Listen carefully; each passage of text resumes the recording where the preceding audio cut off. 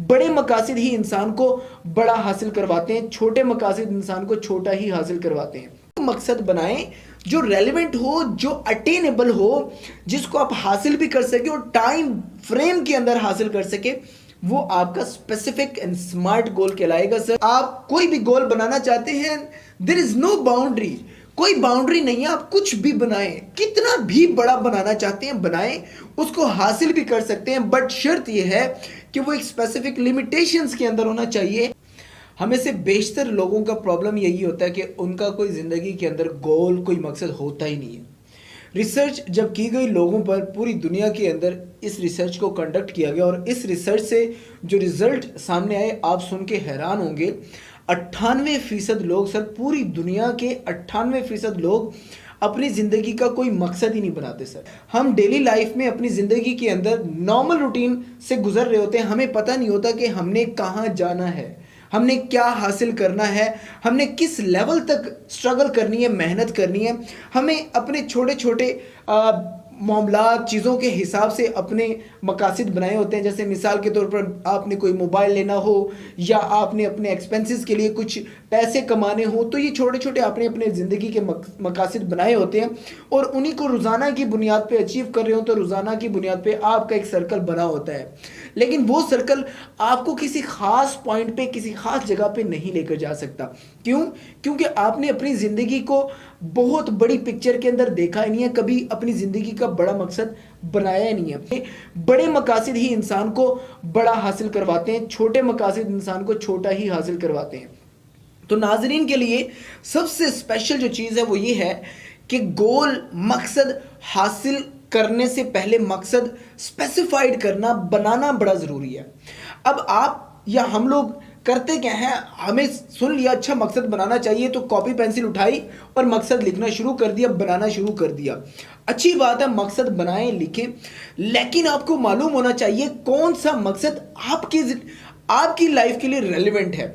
आपको अगर अपनी लाइफ के रेलेवेंट आप अपना मकसद बनाते हैं सर, तो उसको हासिल करना बहुत ही आसान होगा। अगर आप इररेलेवेंट टू योर लाइफ आप कोई भी मकसद बनाते हैं, उसको हासिल करने के लिए आपको 2 टाइम्स 3 टाइम्स ज़्यादा स्ट्रगल करना पड़ सकती है। अब उसकी मैं एक आम मिसाल देता हूँ। मिसाल के तौर पर आप एक टीचर हैं और आप अपना मकसद बना देते हैं कि मैंने सिंगर बनना है, तो देखिए वो इररेलेवेंट हो जाएगा। कैसे इररेलेवेंट हो जाएगा? आप एक टीचर हैं, आपका इन्वायरमेंट उस हिसाब से बना हुआ है, आपके दोस्त एक पढ़े लिखा तबका होगा, आपके स्टूडेंट आपको फॉलो करने वाले होंगे, आपकी बातों को फॉलो करने वाले होंगे, आप ज़्यादातर बुक्स रीडिंग करते होंगे, तो आपका सर्कल क्या है, एजुकेशन से रिलेटेड है। आपको मकसद भी एजुकेशन से रिलेटेड ही बनाना चाहिए, ना कि कोई ऐसा मकसद बनाना चाहिए जो इररेलेवेंट हो जाए। उसके लिए क्या करना पड़ेगा? अगर आपने इररेलेवेंट मकसद बनाया तो पहले आपको उसके अकॉर्डिंग माहौल डेवलप करना पड़ेगा, फिर आपको अपने मकसद को हासिल करने के लिए स्ट्रगल करनी पड़ेगी। अगर जिस आप सिस्टम के अंदर अभी मौजूद हैं, अब उस सिस्टम के अंदर ही कोई अपना मकसद बनाए जो वो सिस्टम आपको सपोर्ट करे और आपको आगे लेकर जाए। जैसा कि मैंने कहा, आप एक टीचर हैं तो आपका सिस्टम क्या बना, वो तमाम लोग जो आपके साथ लिंक हैं, वो असातिज़ा, वो अदारे, वो स्टूडेंट्स, वो तमाम के तमाम आपका सिस्टम है। अब वो सिस्टम आपको सपोर्ट कैसे करेगा?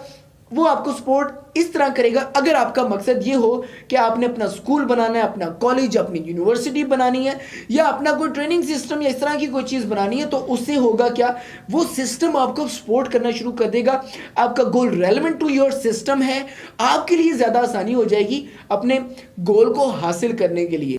पहला स्टेप हो गया सर।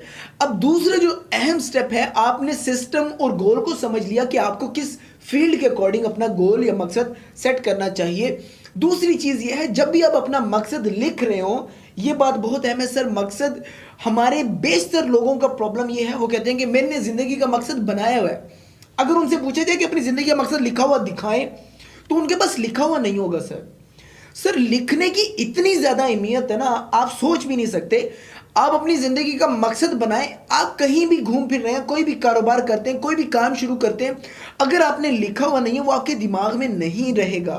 क्यों? क्योंकि आप डेली बेसिस पर देखें, साइंस ये कहती है कि एक दिन के अंदर किसी भी शख्स के दिमाग में 60,000 से ज़्यादा ख्यालात आते हैं। तो 60,000 से ज़्यादा ख्यालात आपको आपके मकसद से हटाने के लिए आते हैं। तो आपने पहला काम करना है, अपने कॉपी और पेन अपने पास रखना है। जब भी आप अपना मकसद बनाना शुरू करें, जो भी करना है वो राइट करें। राइट करने की बड़ी खूबियां हैं सर। पहली खूबी क्या है, जो कुछ भी आप राइट करेंगे वो आपके दिमाग में पहले तो फिक्स हो जाएगा। दूसरा ये है कि जब भी कभी आप उस राइटिंग को देखेंगे तो आपका दिमाग दोबारा से रिफ्रेश कर देगा कि आपको ये चाहिए। तीसरा जो राइट करने का फायदा वो ये है कि वो आपके ख्यालात को हम आहंग करता रहेगा जब तक आप उसे देखते रहेंगे। राइट करने का ये फायदा है। अब इसके अलावा क्या है, देखिए जब आप अपने मकासद को राइट कर लेते हैं, रोजाना की बुनियाद पे उसको देखना है ताकि आपके अंदर आपके जज्बात, आपके एहसासात और ज्यादा पुरजोश हों, आपको हासिल करने के लिए आपके अंदर तड़प पैदा करें।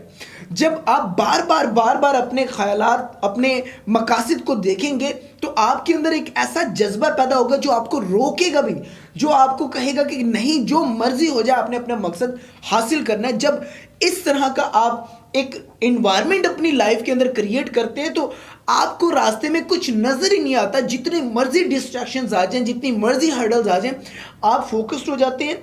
आप अपने मकसद को हासिल करने तक कहीं रुकते नहीं है, कुछ भी हो जाए, क्योंकि आप फोकस्ड होते हैं। आपकी हर चीज, आपकी एनर्जी सही डायरेक्शन में लग रही होती है, आपका पैसा सही डायरेक्शन में लग रहा होता है, आपकी सोच फोकस हो जाती है, आपके दिमाग में ख्यालात उसी के अकॉर्डिंग आते हैं। तो इसीलिए पूरी दुनिया की जो ताकतें हैं वो भी आपको आपके मकसद को अचीव करने में लग जाती है सर।